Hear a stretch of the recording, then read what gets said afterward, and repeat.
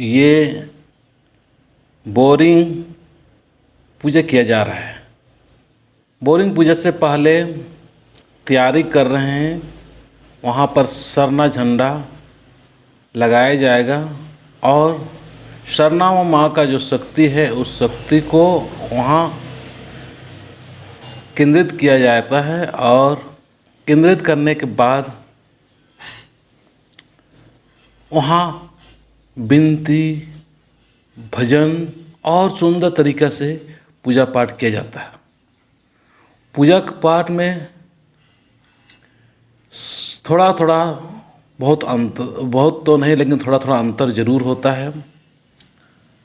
तो धर्मेश को समझने की ज़रूरत है। आज हम लोग धर्मेश को जब समझेंगे तो धर्मेश जो होता है उनको फल फूल की आवश्यकता नहीं है, पर जो देवी देवता जिसको हम याद करते हैं या कहते हैं उनको चाहिए, या देवी देवता का जो शक्ति रूप हो उनको भी चाहिए।